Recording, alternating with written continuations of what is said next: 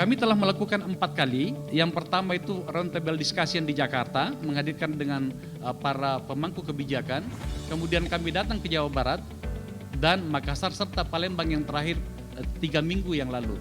Kalau sesuai dengan Perpres 125 ini, pengkhususan Bulog itu adalah pajale, padi, jagung, kedelai.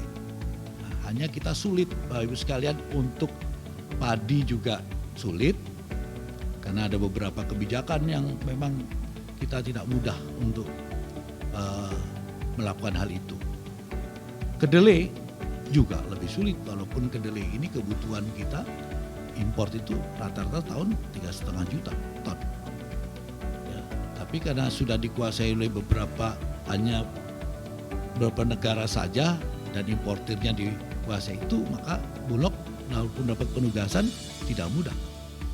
Belum lagi birokrasi yang sangat panjang untuk kita izin impor kalau dilakukan oleh Bulog. Beda dengan izin yang diberikan oleh swasta, lebih cepat. Saya tidak tahu kenapa, ya, tapi itu faktanya. Nah, artinya kita juga tidak boleh ketergantungan dengan impor, Bapak Ibu sekalian. Saya sepakat dan sependapat, bahkan mungkin pertama kali saya jadi dirut Bulog, sayalah yang menolak impor beras. Ditugaskan 2 juta saya tolak, ditugaskan 1 juta berikutnya saya tolak, ditugaskan 1,5 juta berikutnya tahun saya tolak juga. Karena memang produksi kita ada, walaupun saya tahu impor lebih murah. Tantangan petani itu satu, masalah tanah, tanahnya semakin sempit, ini rata-rata 0,5 hektar. Udah sempit, rusak, petik tanah itu. Begitu dicangkul keluar apinya itu, keras. Kenapa begitu? Karena penggunaan pupuk yang berlebihan.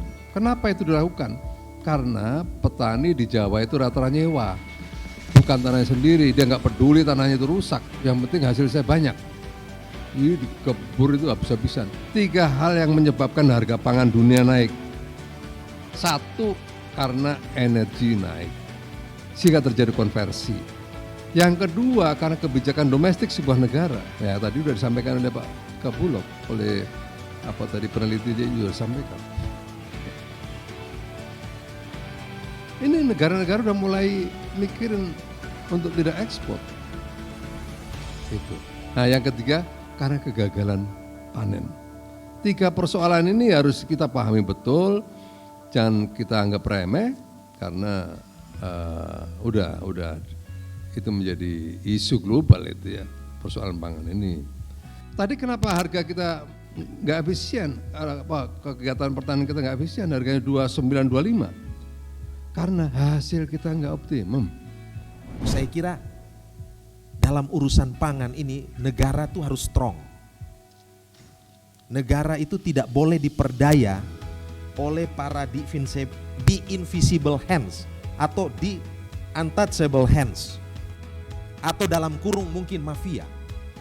Kok terkesan negara hari ini itu kayak tunduk takluk dan tidak berdaya terhadap ini untouchable hands. Masa sih kita tidak tahu? Nah, ini repot nih kalau sampai kita tidak tahu. Mudah-mudahan mereka ini bukan politisi dan birokrat yang orientasinya pada rent seeking. Terima kasih.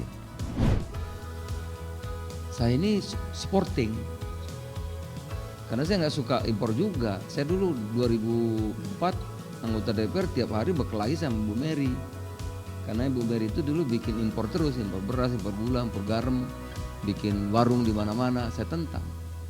5 tahun saya kelahi terus sama Mary. Itu kalau nggak suka saya dengan Mendak dulu. Kok tiba-tiba jadi Mendak, saya juga heran. Satu-satunya cara agar petani itu makmur harus ditingkatkan nilainya. Nggak mungkin kalau kita beli murah itu dia makmur, nggak mungkin. Masa BUMN kita ya stoknya cuma segini. Ini saya paparkan ke Pak Presiden nih, halaman 16, cadangan pangan pemerintah. Beras 350.000 ton, kedelai 0, bawang putih 0, jagung 0. Ya. Masa kayak begini mengelolanya gitu ya. Ini saya diminta Pak Erik ya, sama-sama untuk ngisi stok ini. Jadi Pak Mentan dan jajaran produksi ya Kemudian BUMN di bidang pangan, Badan Pangan Nasional melakukan persiapan untuk ketersediaan serap. Kemudian di hilirnya captive marketnya adalah daerah rawan. Coba bayangin, stunting 21% mau ke 14% susah banget. Padahal by name by address sudah tahu.